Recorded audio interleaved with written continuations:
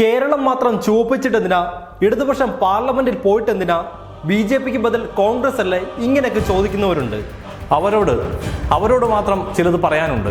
BJPയുടെ നയങ്ങളിൽ നിന്ന് വ്യത്യസ്തമായ എന്ത് നിലപാടാണ് കോൺഗ്രസിനുള്ളത്? കാർഷിക മേഖലയെ തകർത്ത കരാറുകളിൽ ഏർപ്പെട്ടത് കോൺഗ്രസ്, കൃഷിക്കുള്ള സബ്സിഡികൾ വെട്ടിക്കുറച്ചത് Congress, petroleum price deregulation നടപ്പാക്കിയതും Congress, വ്യവസായ മേഖലയെ മുതൽ പ്രതിരോധ മേഖലയെ വരെ അട്ടിമറിച്ച FDI അനുവദിച്ചതും കോൺഗ്രസ്, പൊതുമേഖലയെ സ്വകാര്യവൽക്കരിക്കുന്ന പ്രക്രിയ ആരംഭിച്ചതും കോൺഗ്രസ്, സംസ്ഥാനങ്ങളുടെ അവകാശങ്ങൾ ഹനിക്കുന്ന GST എന്ന ആശയം മുന്നോട്ട് വെച്ചത് കോൺഗ്രസ്, CBIയെ രാഷ്ട്രീയമായി ദുരുപയോഗം ചെയ്തു തുടങ്ങിയതും കോൺഗ്രസ്. കോൺഗ്രസിന്റെ ഇതേ ജനവിരുദ്ധ നയങ്ങൾ ഇതേപടിയോ ഇതേക്കാൾ ശക്തമായോ മുമ്പോട്ട് കൊണ്ടുപോവുകയാണ് BJP ഗവൺമെന്റ്. ഭരണത്തിൽ എത്തിയിട്ടുള്ളപ്പോഴൊക്കെ അഴിമതിയിൽ മുങ്ങിക്കുളിച്ചതും കോൺഗ്രസ്. മതത്തെ രാഷ്ട്രീയവുമായി ബന്ധിപ്പിച്ചു തുടങ്ങിയത് കോൺഗ്രസ് ആണ്. ബാബറി മസ്ജിദ് ആരാധനയ്ക്കായി വർഗീയവാദികളുടെ സമ്മർദ്ദത്തിന് കീഴിൽ വിട്ടുകൊടുത്തത് കോൺഗ്രസ് ആണ്.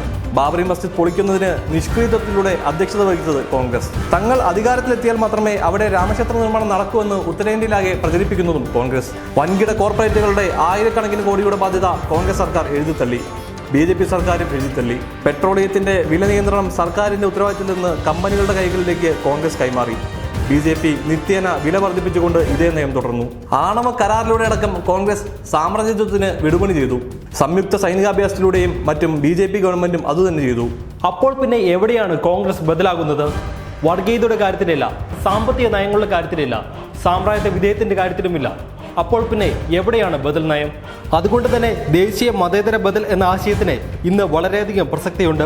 അത് വിവിധ സംസ്ഥാനങ്ങളുടെയും സംസ്കാരങ്ങളുടെയും അങ്ങനെ എല്ലാ വിഭാഗ ജനങ്ങളുടെയും അവകാശങ്ങൾ സംരക്ഷിക്കുന്ന ഒരു രാഷ്ട്രീയ ബദൽ സംവിധാനമായി നിലകൊള്ളും. കോൺഗ്രസിനോ BJPക്കോ അല്ലാതെ അവരുടെ അത്ര സീറ്റുകൾ മത്സരിക്കാത്ത ഇടതുപക്ഷത്തിന് എന്തിനു വോട്ട് ചെയ്യണം എന്നാണോ ചോദ്യം. കോൺഗ്രസിന്റെയും BJPയുടെയും നയങ്ങൾ തന്നെയാകണം തുടർന്ന് നിലനിൽക്കേണ്ടത് എന്ന രാഷ്ട്രീയമാണ് ഇവരെ നയിക്കുന്നത്.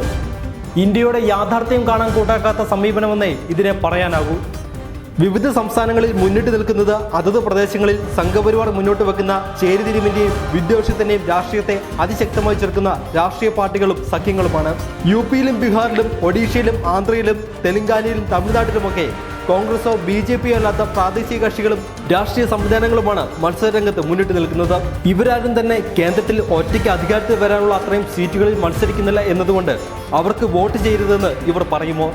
അങ്ങനെ പറഞ്ഞാൽ അത് വർഗീയതയെ വീഴ്ത്താനാണോ വളർത്താനാണോ സഹായിക്കുക? ഇത്തരത്തിൽ പ്രാദേശിക യാഥാർത്ഥ്യങ്ങൾ ഉൾക്കൊണ്ട് പ്രവർത്തിച്ച ശക്തികളാകെ സംഘപരിവാറിനും BJPക്കുമെതിരെ ഒരുമിച്ച് പ്രവർത്തിക്കണമെന്നതാണ് ഇടതുപക്ഷം മുന്നോട്ട് വയ്ക്കുന്ന രാഷ്ട്രീയ സമീപനം. ജാതി മതലിംഗ വർഗവർണ്ണ ഭേദമന്യേ ഇന്ത്യ നാം എല്ലാവരുടെയുമാണ്. എല്ലാ ഇന്ത്യക്കാരുടെയും അവകാശങ്ങൾ സംരക്ഷിക്കപ്പെടുന്നു എന്ന് ഉറപ്പുവരുത്താനും ഈ തെരഞ്ഞെടുപ്പ് പ്രധാനമാണ്. മതേതര ജനാധിപത്യ ഇന്ത്യ എന്ന സങ്കല്പം നിലനിർത്തുന്നതിന് ഈ തെരഞ്ഞെടുപ്പിൽ നാം സ്വീകരിക്കുന്ന നിലപാടുകൾക്ക് വളരെയധികം പങ്കാണ് വഹിക്കാനുള്ളത്. അടുത്ത 5 വർഷം ഇന്ത്യൻ ജനാധിപത്യം ഏത് ദിശയിൽ നീങ്ങണമെന്ന് തീരുമാനിക്കുന്ന തെരഞ്ഞെടുപ്പാണ് ഇത്.